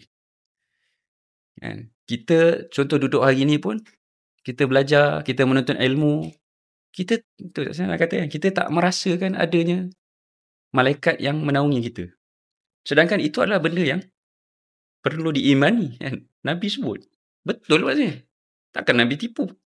Jauh. Nabi ni jauh daripada dusta. Kan? Memang betul lah ada malaikat kat atas. Apa lagi? Bila kita qiyamul-lail, Lailatul Qadar, memang suasana tu, kita nak kena tengok suasana tu dulu baru kita percaya. Tak power lah gitu. Kuranglah iman kita. Orang yang iman ialah dia setiap malam dia buat. Malam 10 malam terakhir, setiap malam Ramadan dia akan bangun malam. Dia tak payah tengok langit luar pun. Dia adalah orang yang beriman. Sebab dia dah pegang dah. Tapi itulah masa Ramadan tu Allah nak tunjuk dah sikit kan.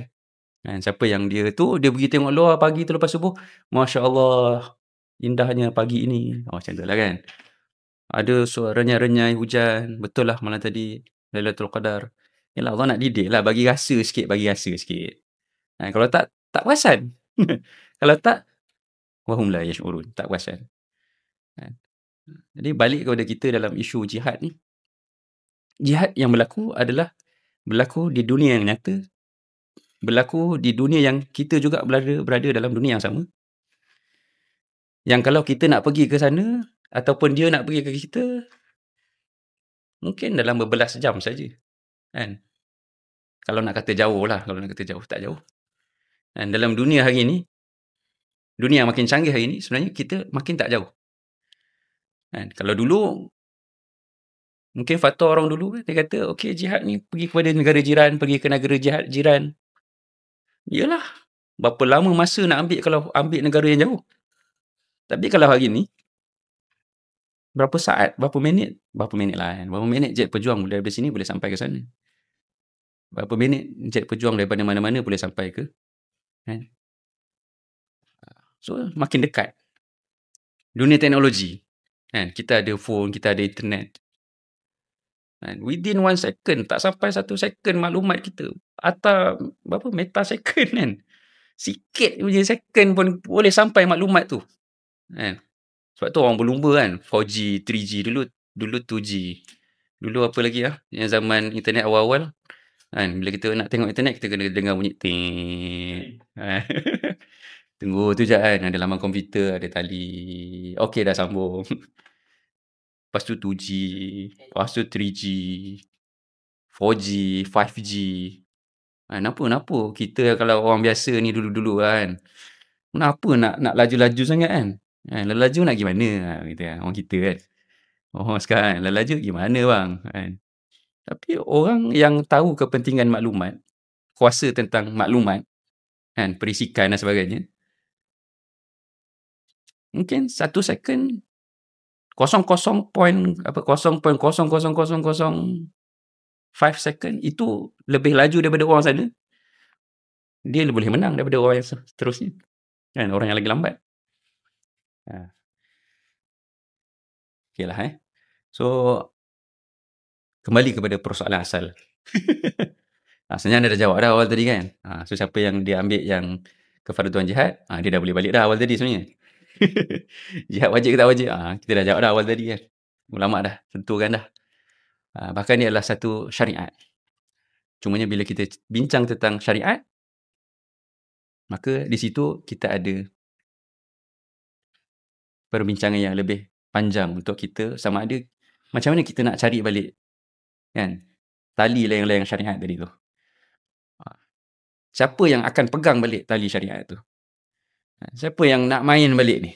Sebab tu adanya ulama ulama sedunia ni ambil pendekatan untuk kan, macam mana dia nak bertindak sekarang ni kan? Dia mesti dia bertanggungjawab kan? Kalau tak di dunia, di akhirat. Kan? Kat dunia, orang dah persoal dah.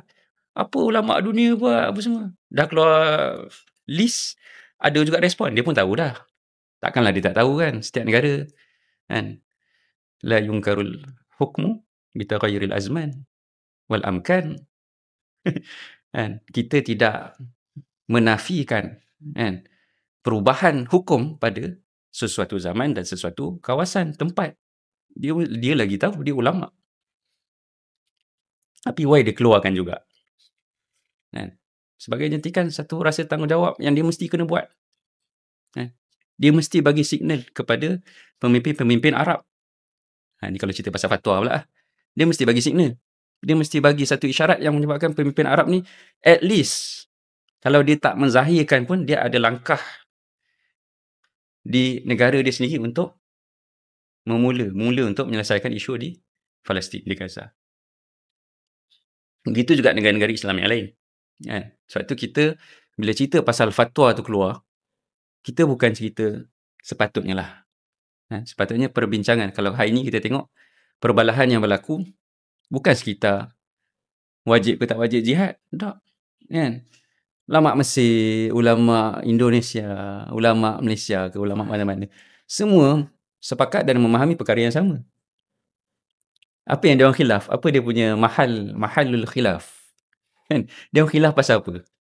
Dia khilaf pasal kat mana sebenarnya fatwa tu siapa yang patut keluarkan. Itu je mahal khilaf dia.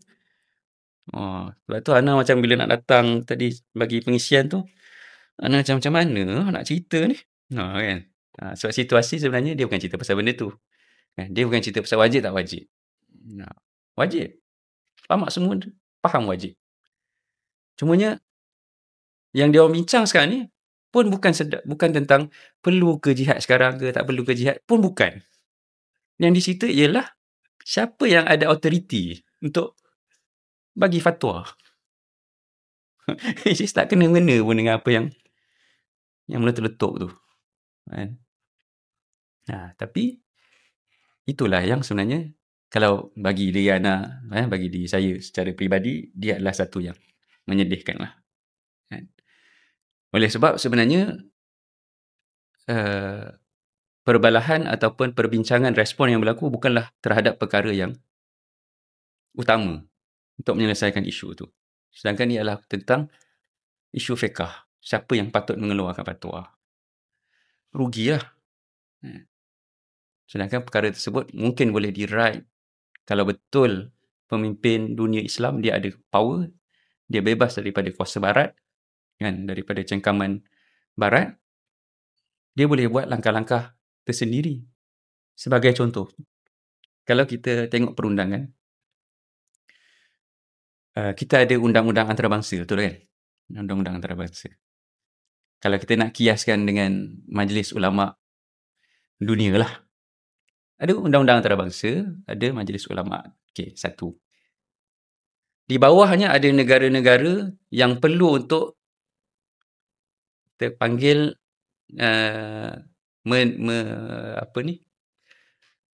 kira mengikutilah apa undang-undang antarabangsa tu. Kan? Kita nak kena comply dengan apa undang-undang antarabangsa tu. So undang-undang antarabangsa ada letakkan, contohlah human right, contohlah peraturan-peraturan ni. Tapi negara-negara bawah ni, dia akan kata, okey, kita boleh. Macam tu Ini situasi yang berlaku lah, kan? Realiti yang berlaku, okey, kita boleh. Undang-undang dunia bagi satu ketetapan, bagi satu ni guideline. Okey, kita boleh. Malaysia, contohlah Malaysia kata, kita boleh. Sebab apa dia cakap macam tu? Sebab di Malaysia ada undang-undang, ada peruntukan yang berdaulat. Peruntukan itu dia mesti dibincangkan di parlimen, dia ada proses dia. Maka walaupun kata boleh, tak semestinya terus comply. Ni yang kalau puak-puak yang macam apa, perundangan yang macam tak puas hati, orang buat rally kan, contoh kan, rally ISET ke, rally apa kan. Alah, itu baru sign. Macam tu kan. Tapi orang yang rally tu dah, mana boleh sign. Betul tak? Sebab orang yang faham, ni kalau ni nanti habislah, terkesan lah. Contoh. Tapi kerajaan kebiasaannya akan kata boleh dulu. Kemudian dia akan bawa kepada tadbir urus, kan, dia akan ambil suara masyarakat apa semua. Susah lah nak buat, patah balik atas. Lepas tu atas tekan balik, dia bawa balik bawah, bincang.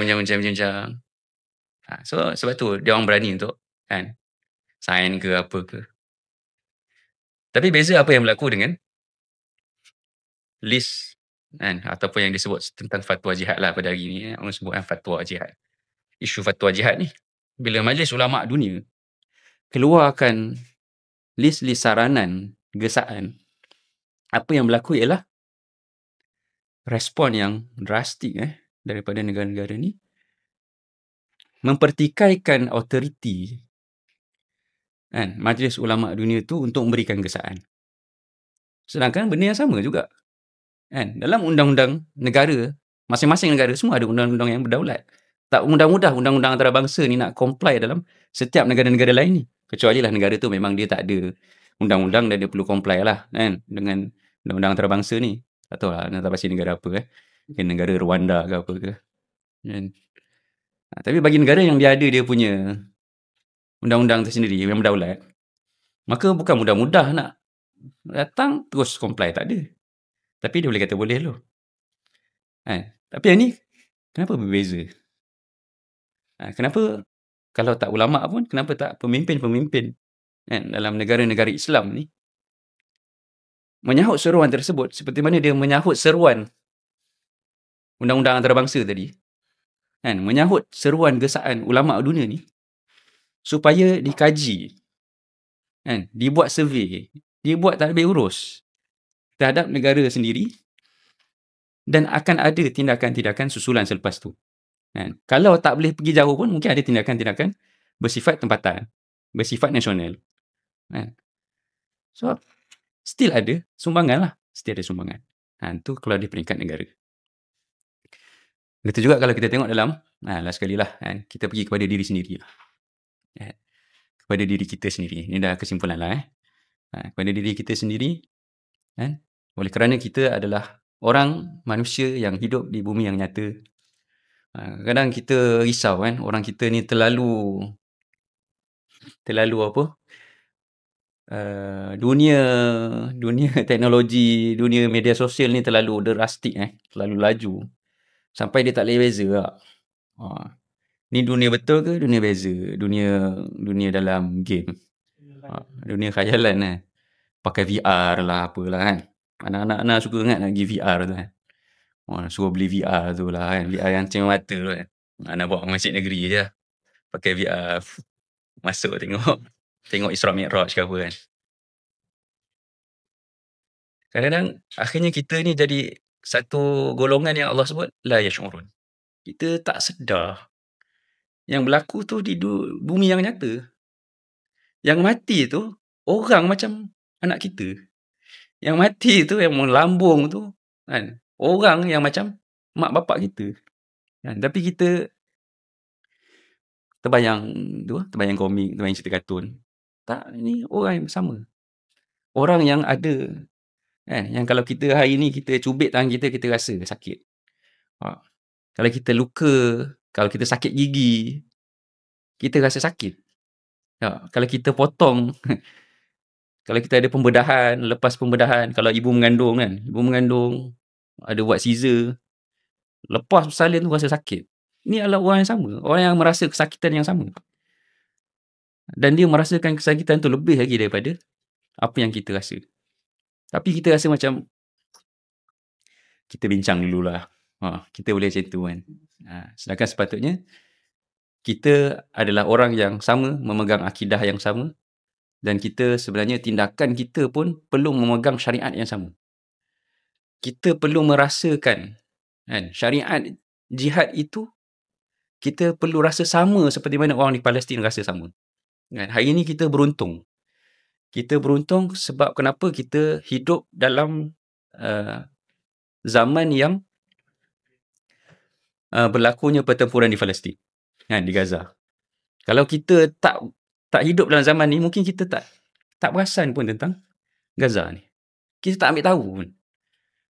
Paling-paling tidak sebelum ni kita bagi sedekah gitu je lah. Itu pun sedekah sebelum ni RM1 kan. Orang dulu kan nak tahu pasal Palestin mana tahu sangat kan.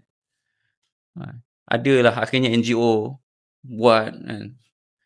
Ada banyak-banyak NGO tertubuh kan, cerita pasal Palestin, barulah orang kenal Palestin.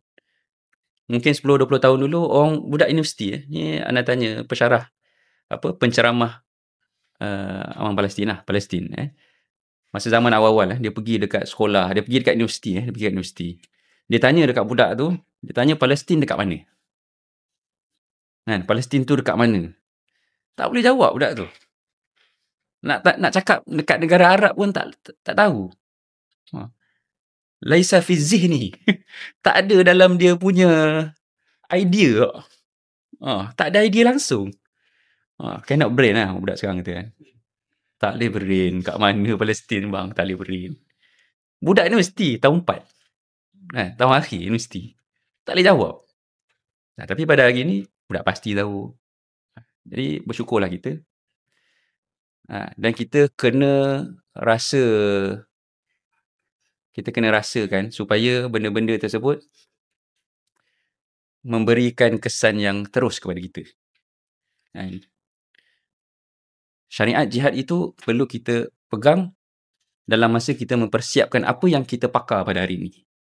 Kalaulah kita pakar dalam ilmu, dalam intelektual, dalam belajar, maka betul-betul lah buat. Kan? Kita pakar dalam IT, kan? Pakar IT, teknologi, jago sukan dan juga jutawan. Kan? Jadi semua jago jutawan ke apa semua, you pakar dalam you punya bidang, so all out lah. Oleh sebab apa? You pegang kunci ni. You pegang kunci jihad. Syariat jihad. Seperti mana yang Allah nakkan ke atas orang-orang Islam pada sahabat. Adakah Nabi tak tahu yang kalau jihad ni mati banyak sahabat? Nabi tahu. Sebab tu Nabi doa, ya Allah, kalau kalah ni habis kita. Tak ada orang sembah kau dah. Nabi tahulah, Nabi tahu. Tapi perlu buat. Begitu juga peperangan-peperangan yang lain. Dan sebenarnya perkara itu mesti dikekalkan. Maksud saya ialah perkara yang perlu dikekalkan ialah syariat jihad tersebut mesti dikekalkan dalam hati-hati umat Islam. Supaya kita akan melaksanakan persiapan-persiapan yang lain, maknanya kepakaran kita dalam belajar, kepakaran kita dengan bersungguh-sungguh. Sebab tu ana macam tak berapa, ni pandangan peribadi lah kalau orang kata ada jenis jihad menuntut ilmu, jihad ekonomi, jihad sebagainya, ada juga ulama sebut benda yang sama. Cuma ana tak berapa, personally I cannot agree lah, ana tak boleh setuju benda tersebut. Sebab bagi ana, jihad, kita peperangan itu dia ada power yang tersendiri, dan yang lain-lain ni merupakan persiapan-persiapan. Persiapan-persiapan yang mana dia akan menjadi kukuh dan kuat bila mana kita memegang syariat yang tadi tu. Kita memegang syariat jihad tersebut. Maka yang lain-lain ni dia akan menjadi kuat. Dia akan menjadi kuat. Oleh sebab kita tahu benda tu, walaupun dia bukan qoyah, dia bukan macam kita main layang. Kita nakkan, okay, kita ni nanti orang tengok, oh pandai kau main layang kan. Orang sekeliling kata, kau terror lah main layang. Kita nak macam tu. Kita nak orang Islam ni hebat. Kita nak orang Islam ni, masyarakat agama lain, masyarakat lain akan cakap, hebat orang Islam ni. Bagus orang Islam ni. Power orang Islam ni dari sudut ni, dari sudut ni, dari sudut ni. Kita nak gitu, kan? Orang yang main layang. Tapi dia tak akan jadi kalau layang-layang tu kat bawah. Kalau syariat tu kat bawah, jihad tu kat bawah, you tak naikkan, senang orang nak cakap you power. Tapi you kena naikkan. Kita naikkan. Tapi tujuan kita bukan nak naikkan tu. Tujuan kita bukannya nak layang-layang tu kat atas. Kita ada syariat tu. Kita bukan nak layang-layang tu kat atas. Kita nak lebih daripada tu. Kita nak akhirnya ada objektif-objektif lain, iaitu akhirnya keadilan Islam ini tertegak di atas muka bumi ini, dengan tertegaknya syariat Islam itu sendiri. Wallahu alam. Saya kira dah inilah lagi 4 minit nak masuk pukul 12.